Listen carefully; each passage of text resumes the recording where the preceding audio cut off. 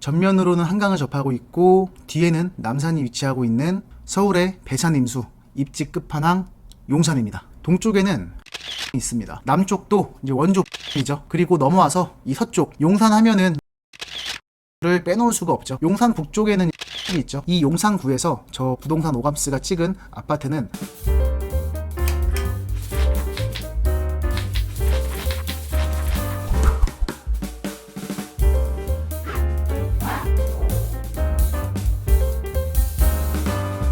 네, 안녕하세요.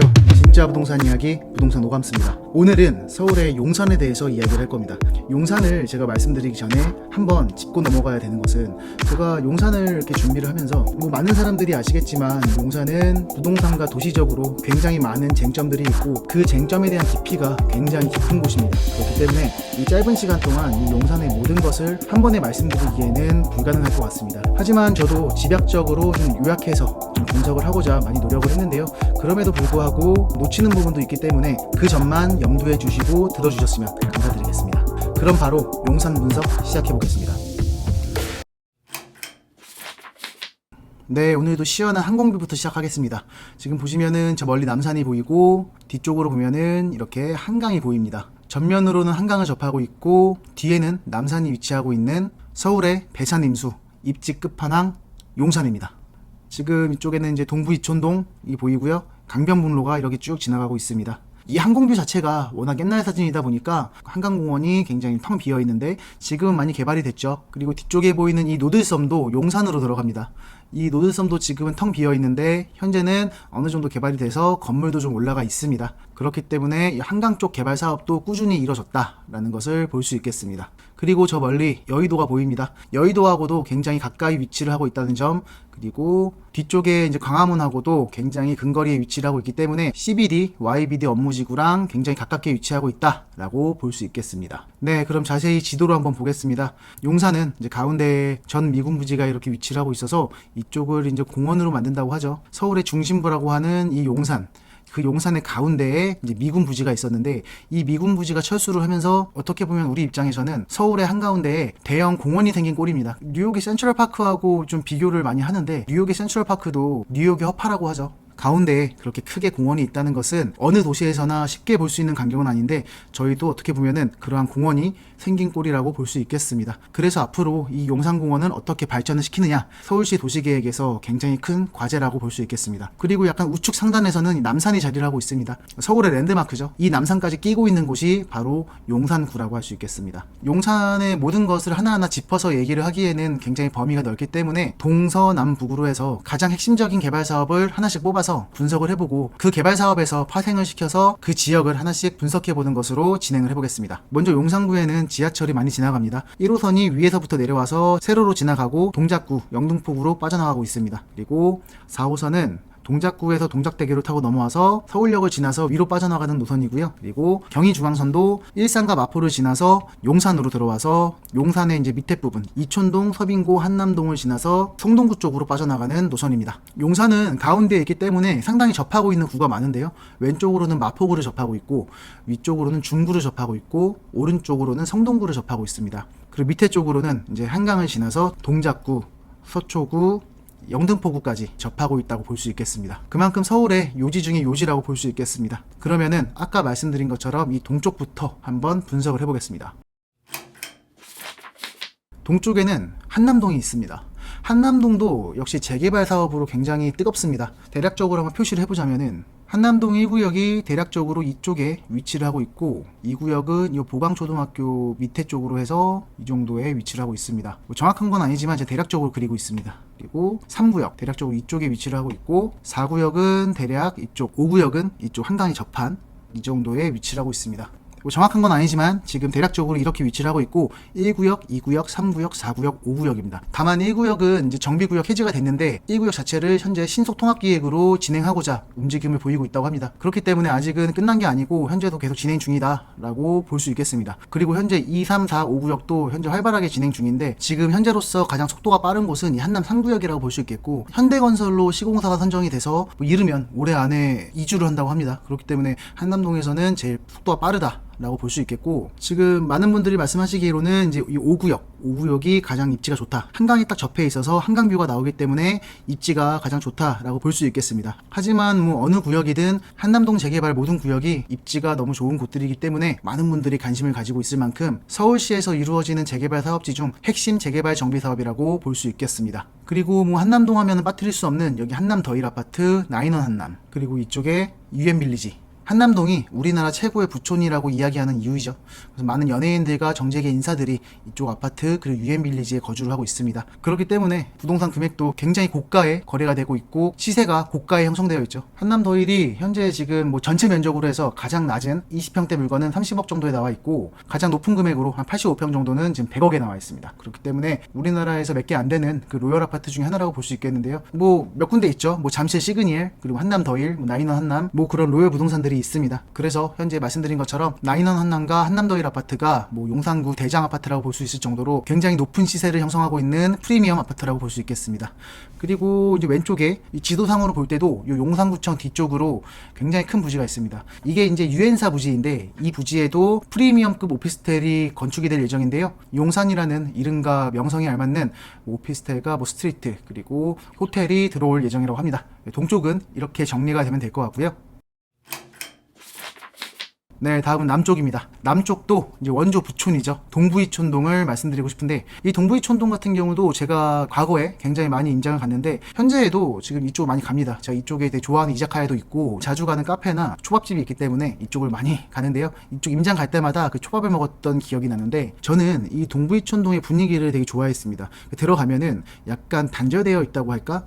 이 동네 자체가 약간 외부를 차단시켜 놓고 여기 있는 모든 기반 시설과 뭐 상업 시설들이 이 동부이촌동에 거주를 하는 사람들만 이용을 하는 것처럼 느껴져가지고 이 동네가 굉장히 아늑해 보이고 이 동네에 살고 싶다라는 생각이 들었던 서울에 몇 안 되는 지역 중에 하나입니다. 그렇기 때문에 거주 편의성이 굉장히 좋습니다. 뭐 이 안에서 모든 걸 해결할 수 있을 정도로 구석구석에 시장도 형성되어 있고 없는 것 빼고 다 있는 곳이라고 볼 수 있겠습니다. 동부이촌동은 경의중앙선과 4호선이 지나가는 이촌역이 위치를 하고 있고 한강공원도 바로 끼고 있습니다. 한강 나가기도 굉장히 편하고요. 뒤쪽으로는 국립중앙박물관이 위치하고 있고 용산공원이 위치를 하고 있습니다. 그래서 이쪽이 좀 자연환경으로 둘러싸여 있기 때문에 약간 섬 같은 이미지라고 느껴졌을 수도 있는데 마치 섬이라고 표현한다면은 그 섬에서 사람들이 굉장히 잘 꾸며놓고 자기 동네를 사랑해서 거주 만족도가 굉장히 높을 것 같은 그런 이미지입니다. 그래서 처음에 이 동네를 가자마자 와, 이 동네에서 살면 굉장히 좋겠다라는 생각을 했을 정도로 동네 자체가 굉장히 조용하고 좀 얌전한 분위기였습니다. 그리고 이촌동을 보시면은 이제 맨션들이 많습니다. 맨션이라는 말 자체가 좀 이제 고급 주택이라는 이미지가 있는데요. 이쪽 동부 이촌동에는 이제 과거에 일본인들이 많이 거주를 했습니다. 그래서 뭐 이자카야 같은 곳도 많이 있고 일본 식자재나 이런 거 파는 곳도 이쪽에 처음 생겼다고 합니다. 지금 보시면 재팬타운이라고 있죠. 그래서 그런 맨션에서 이제 일본 분들이 많이 거주를 했다고 하는데 그래서 현재까지도 이 군데군데에 맨션이 있다라고 볼 수 있겠습니다. 지금 이쪽에 보시면은 리버뷰 맨션이라고 있습니다. 리버뷰 맨션, 이 건물에 대해서도 좀 재밌는 이야기가 있는데 이 맨션의 이름은 말 그대로 리버뷰 맨션입니다.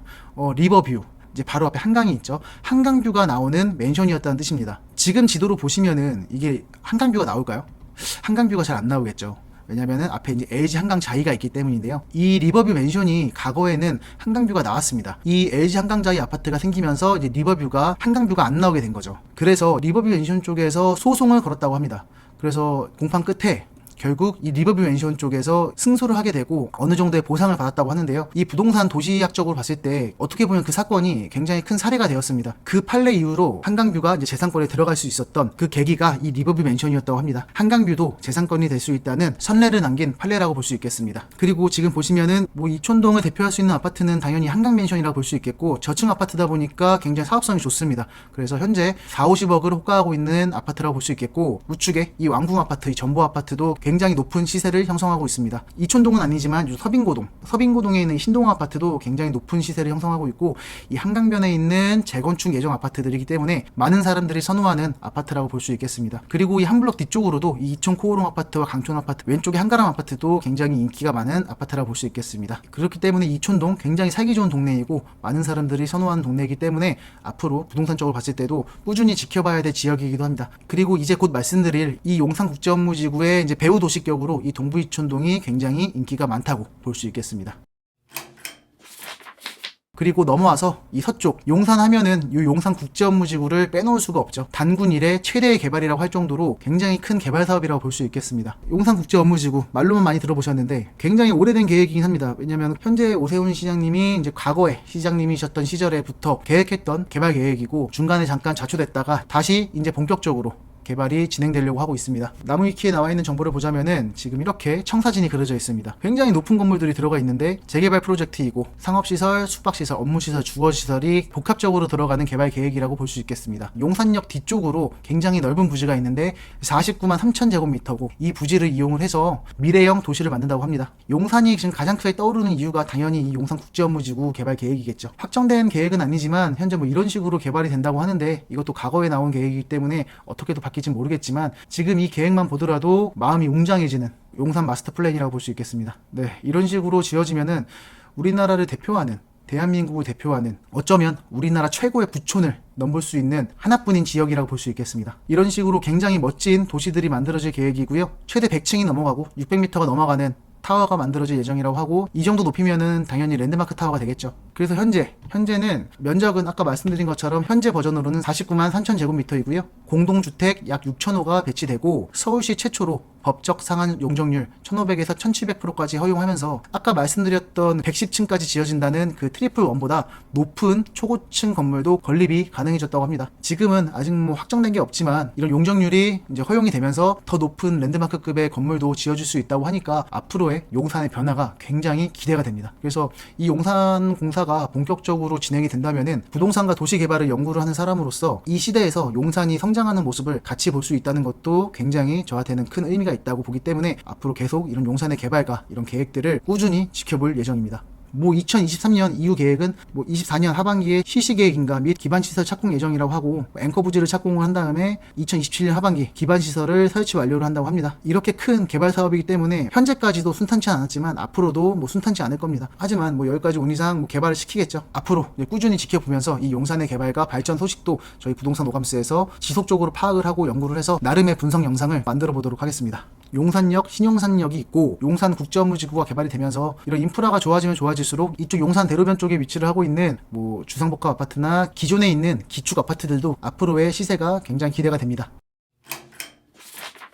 그리고 용산의 북쪽입니다. 용산 북쪽에는 이 서울역이 있죠. 용산구에는 서울역과 용산역이 있기 때문에 뭐 KTX나 뭐 무궁화호 기차들을 타고 지방으로 내려가기가 굉장히 수월합니다. 그렇기 때문에 서울의 중심부에 거주를 하고 계신 분들이나 서울 북쪽에 거주를 하고 계신 분들은 지방으로 내려가기 위해서는 이 서울역을 통해서 이제 지방으로 내려가게 되겠죠. 그래서 꾸준히 유동인구가 많은 곳이라고 볼 수 있겠습니다. 그리고 이 서울역 같은 경우에도 이제 서울역 마스터 플랜이라고 해서 강북의 코엑스라고 할 만큼 엄청나게 큰 개발 사업이 예정되어 있습니다. 그렇기 때문에 국제 대내적인 행사들을 꼭 강남 코엑스에서 할 필요 없이 이 강북 쪽에서도 이 서울역에서도 할 수 있게끔 만든다고 하는데요. 그런 서울역 마스터 플랜과 더불어서 이 서울역 뒤쪽으로 이쪽 청파동이죠. 이 청파동 쪽에도 크고 작은 개발 사업들이 꾸준히 진행 중입니다. 지금 대략적으로 보시면은 이 삼일교회 왼쪽으로 이 정도가 이제 청파 1구역입니다. 그리고 이쪽으로 이제 길게 대략적으로 이쪽 지금 대략적으로 그렇기 때문에 확실한 지역은 아니지만 대략적으로 이 정도가 현재 신속 통합 기획이 확정이 됐습니다. 그래서 이쪽에 이제 새로운 아파트가 들어올 예정이고요. 뭐 아직은 가칭이지만 이 정도 위치에 이제 청파 2구역을 진행한다고 하고요. 서울역 뒤쪽에도 이제 여기가 서울이야 할 정도로 굉장히 오래된 주택들이 많이 질비를 하고 있었는데 뭐 다양한 움직임이 많이 보이고 있으니까 많은 정비 사업을 예정하고 있고 진행 중이다 라고 볼 수 있겠습니다. 그리고 약간 밑에 쪽으로는 원효로 일가 역세권 개발 사업이 진행되어지고 있습니다. 대략적으로 서울역, 숙대입구역, 남영역 뒤쪽으로 이렇게 개발 사업이 진행 중에 있는 걸로 보여지고요. 그리고 요 위쪽으로도 현재 서계동 신속통합기획이 이제 추진 중에 있습니다. 그리고 이 밖에도 중간중간에 크고 작은 사업들이 있긴 있는데 대략적으로 보자면은 이 서울역, 숙대입구역, 남영역 뒤쪽으로 이렇게 큰 재개발 사업이 이루어지고 있습니다. 뭐 하나하나를 보면은 좀 작아 보일 수는 있는데 이렇게 모아놓고 보니까 굉장히 큰 개발 사업입니다. 노후된 주택들이 이 지하철역을 따라서 이 뒤쪽으로 다 신축 아파트들이 건립이 되면은 이 용산국제업무지구하고도 굉장히 근거리에 위치를 하고 있기 때문에 이쪽 동부이촌동도 국제업무지구의 배후 도시가 될 수 있겠지만 이쪽도 이 청파동 일대도 용산국제업무지구의 배후지가 충분히 될 수 있다고 보여집니다. 그리고 아까 말씀드렸던 서울역 마스터 플랜에 들어가 있는 이 북부 역세권 개발 사업 이렇게 높은 건물들이 지어지는 겁니다. 가칭 뭐 서울밸리라고도 하는데 이쪽이 한강 이북 지역의 코엑스로 만들어진다고 합니다. 이러한 개발 사업과 청파동 개발 사업이 복합적으로 이루어진다면은 주거타운과 업무시설 그리고 코엑스와 같은 이러한 시설까지 생긴다면은 서울의 중심, 서울역 인근도 구시가지가 아니라 새로운 신시가지 일대로 변모해서 용산 개발 사업과 같이 굉장히 큰 시너지를 내면서 다시 한번 서울의 중심으로 우뚝 설 수 있다고 보여집니다. 얼마 안 됐죠. 23년 8월 17일에 서울역 일대 마스터 플랜 수립 추진 계획이 나왔습니다. 현재 사전 검토하고 있는 중이고, 추진 배경은 정부 정책 여건 변화 등으로 서울역 일대 국가 중심 공간으로 변모가 필요하다. 그래서 새로운 정부 국정 과제죠. 철도 지하화도 제가 용산에서 크게 보는 개발 사업 중에 하나인데, 철도들을 다 지하화 시키면서 굉장히 크게 부지를 차지하고 있기 때문에 그 부지가 다 지하로 들어가 버린다면은 도시 미관상만 좋아지는 것이 아니고 그 위에 있는 토지들도 공원을 만든다든가 임대주택을 만든다든가 라는 식으로 진행이 된다면은 굉장히 활용도가 높다고 보여집니다. 보시면은 서울시, 서울역, 청와대, 용산공원, 현충원 등 국가 상징 공간으로 검토를 한다고 할 만큼 현 정부에서는 이 서울역과 용산을 개발시켜서 서로 간의 시너지를 통해 서울의 중심부를 중심부답게 개발을 시킨다는 의지가 크다고 보여집니다.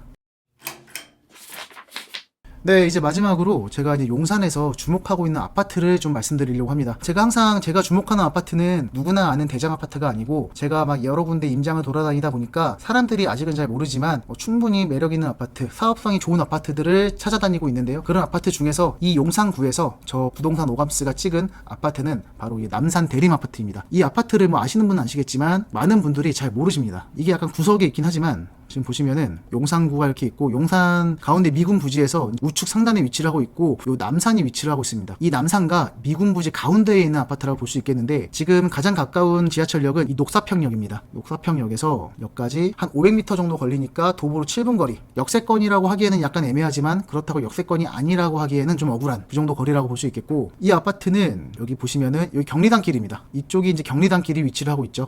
그래서 경리단길 인근에 있고, 위로 보시면은 지금 서울에서 찾기 힘든 저층 아파트입니다. 저층 아파트라고 하면 이제 5층 정도 되는 아파트를 좀 저층 아파트라고 하는데, 저층 아파트는 당연히 사업성이 좋습니다. 많은 분들이 저층 아파트가 왜 좋은지 아시겠지만 모르시는 분들도 있을 수 있으니까 좀 쉽게 한번 얘기를 해보자면은, 만약에 100평짜리 땅에서 10명이 살고 있다면은 그 10명이 그 땅을 10평씩 가지고 있다고 생각해도 될 것입니다. 하지만 100명이 가지고 있으면은 한 평씩 가지고 있겠죠. 그런데 우리나라는 아파트를 무조건적으로 많이 올릴 수는 없습니다. 공법상 법으로 정해진 이제 용적률과 건폐율이 있는데, 그렇기 때문에 그 땅에서 지을 수 있는 높이가 정해져 있다고 볼 수 있겠는데, 물론 저층밖에 못 지어서 그런 거일 수도 있겠지만, 한 층에 한 명씩이라고 쉽게 생각을 했을 때 5층짜리 아파트에서 이제 10층이 지어지면은 5명을 더 일반 분양을 받아가지고 사업비에 충당을 할 수 있는데, 만약에 그 부지에 8명이 살고 있다라고 한다면은 똑같이 10층짜리 아파트를 지었을 때 2명만 일반 분양을 받아서 그런 사업비에 충당할 수 있는 금액이 적어지기 때문에, 핵심은 그곳에 거주하는 세대수가 적을수록 사업성이 높다는 겁니다. 그렇기 때문에 한 5층짜리 아파트에서 30층짜리 아파트로 바뀔 때에는 굉장히 높은 사업성이 있다고 볼 수 있겠습니다. 하지만 이 남산 대림 아파트는 말 그대로 남산 인근에 있기 때문에 고도 제한이 걸려 있습니다. 그래서 이 남산 대림 아파트는 이제 높게 올라가지는 못합니다. 그렇기 때문에 이 남산 대림 아파트가 약간 저평가가 되고 있다라고 볼 수 있겠고, 요 위쪽에 있는 이태원 주공 아파트도 마찬가지입니다. 이 이태원 주공 아파트나 이 남산 대림 아파트, 이 두 아파트 둘 다 저층 아파트이고, 저층 아파트이다 보니까 아까 말씀드린 대로 한 사람이 가져갈 수 있는 땅의 면적이 많다 보니까 대지 지분이 굉장히 넓습니다. 이 남산 대림 아파트 같은 경우에는 각자 가지고 있는 아파트 평수마다 대지 지분이 다르겠지만 전체 평균적으로 28평 이상 가져갑니다.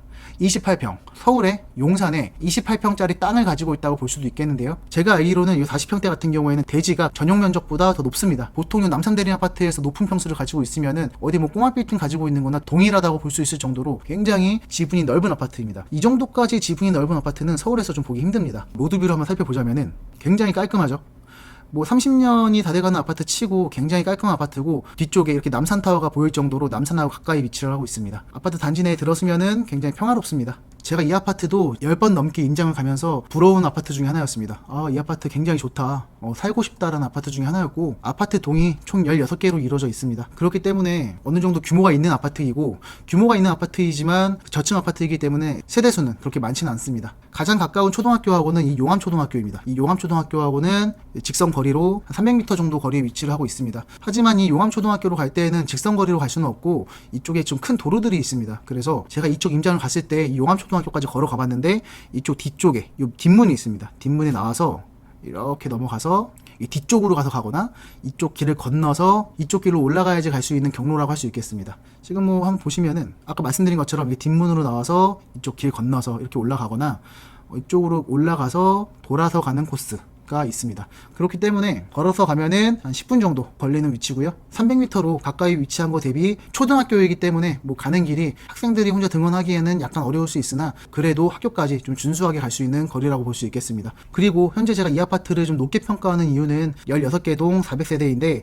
지금 5층 저층입니다. 그리고 용적률이 106%에 건폐율이 47%입니다. 굉장히 사업성이 좋다 라고 볼 수 있겠지만 지금 말씀드린 것처럼 이 아파트는 남산 인근에 있어서 우리나라에는 좀 고도 제한이 걸려있는 지역이 몇 군데가 있는데 여의도에서 서여의도 국회의사당 인근 그리고 교대의 법원 근처 그리고 요 남산 인근도 그 중에 하나라고 볼 수 있겠는데 좀 더 확실히 보려면은 이렇게 토지 이름에서 토지 이용 계획 열람안을 들어가 보시면은 현재 도시지역 제2종 일반 주거지역이기 때문에 7층 이하이다 라고 나오고요. 고도지구이기 때문에 현재 지금 20m 이하입니다. 그래서 20m 이하이기 때문에 지금 아파트가 그렇게 높게 올라가지 못하고 있는 건데요. 하지만 이 점도 현재 뭐 남산 주변 같은 경우에는 고도 제한을 완화하고 있는 추세이긴 합니다. 그래서 최고 높이 50m까지 가능하다고 보여지는데 남산 대림 아파트 같은 경우에는 10층까지만 지어져도 뭐 사업성이 그래도 크게 나쁘지 않다라고 볼 수도 있겠고 그래서 앞으로의 뭐 정책에 따라서 이 아파트의 사업성과 향방이 갈린다고 볼 수도 있겠는데요. 그래서 앞으로의 정책에 따라서 크게 주목을 해야 될 아파트이기도 합니다. 왜냐면은 지금 이 정도로 사업성이 좋은 아파트가 서울에 많지 않기 때문에 그것도 이제 용산에 있는 아파트가 말이죠. 그리고 또 이 아파트를 좋게 보는 이유 중에 하나는 미군 부지가 이제 앞으로 공원으로 형성이 될 건데 지금 이 남산 공원도 이쪽에 있습니다. 이쪽에 보면은 이 사이가 좀 텅 비어 있어요. 이 사이에 있는 주택들은 제가 굉장히 좀 주시를 하고 있습니다. 어디로 가든 공원에 둘러싸인 지역이고 앞으로 이 일대의 주거 기능만 좀 개선이 된다면은 더할 나위 없이 좋은 지역이라고 보여집니다. 공기 자체가 다를 것이기 때문에 앞으로 가면 갈수록 미세먼지도 많아지고 공기가 점점 안 좋아지는 시대에서 이러한 지역들은 굉장히 높은 주거 만족도를 보일 수 있는 곳이라고 보여집니다. 현재 지금 시세는 20평대부터 이제 50평대까지 있습니다. 그래서 뭐 20평대를 먼저 보시면은 제일 저렴하게 나온 시세는 13억 5천에 나와 있고 제일 높은 시세는 16억에 나와 있습니다. 지금도 보시면은 여기 남산 고도 제한 완화라고 써 있죠. 재건축 수혜 단지. 남산 고도 제한 완화가 더 실질적으로 더 이루어진다면은 이 아파트 같은 경우에는 악재가 해소가 되는 것이기 때문에 라인원 한남이나 한남 더일처럼 그런 고급 아파트로 만들어질 가능성도 큰 아파트이기 때문에 어느 정도 기대를 해봐도 좋을 아파트로 보여집니다. 가장 평수가 높은 50평대 아파트를 보자면은 매물이 2개가 나와 있는데 현재 나와 있는 시세로는 24억에 나와 있습니다. 뭐 실거래를 보시면은 과거의 상승장에서 꾸준히 올라왔습니다. 제가 한 이때 8억 5천 정도에 봤었는데 현재 지금은 뭐 14억 2천까지 찍었다가 지금 현재는 11억 7천5백까지 찍혀져 있는 상태고 지금 현재 시세는 13억 5천 정도라고 볼 수 있겠습니다. 뭐 가장 높은 평수도 보자면은 과거에 12억 5천에서부터 시작해서 상승장에 쭉 상승하다가 이제 19억까지 찍고 현재는 호가로서 24억에 나와 있는 상황입니다. 그래서 오늘 남산 대림 아파트 굉장히 지분율이 좋고 사업성이 좋은 아파트이고 인근에 뭐 격리단계도 있으면서 이 용산공원과 남산공원 이 사이에 있는 아파트로서 위치로서 유니크한 아파트라고 보여집니다.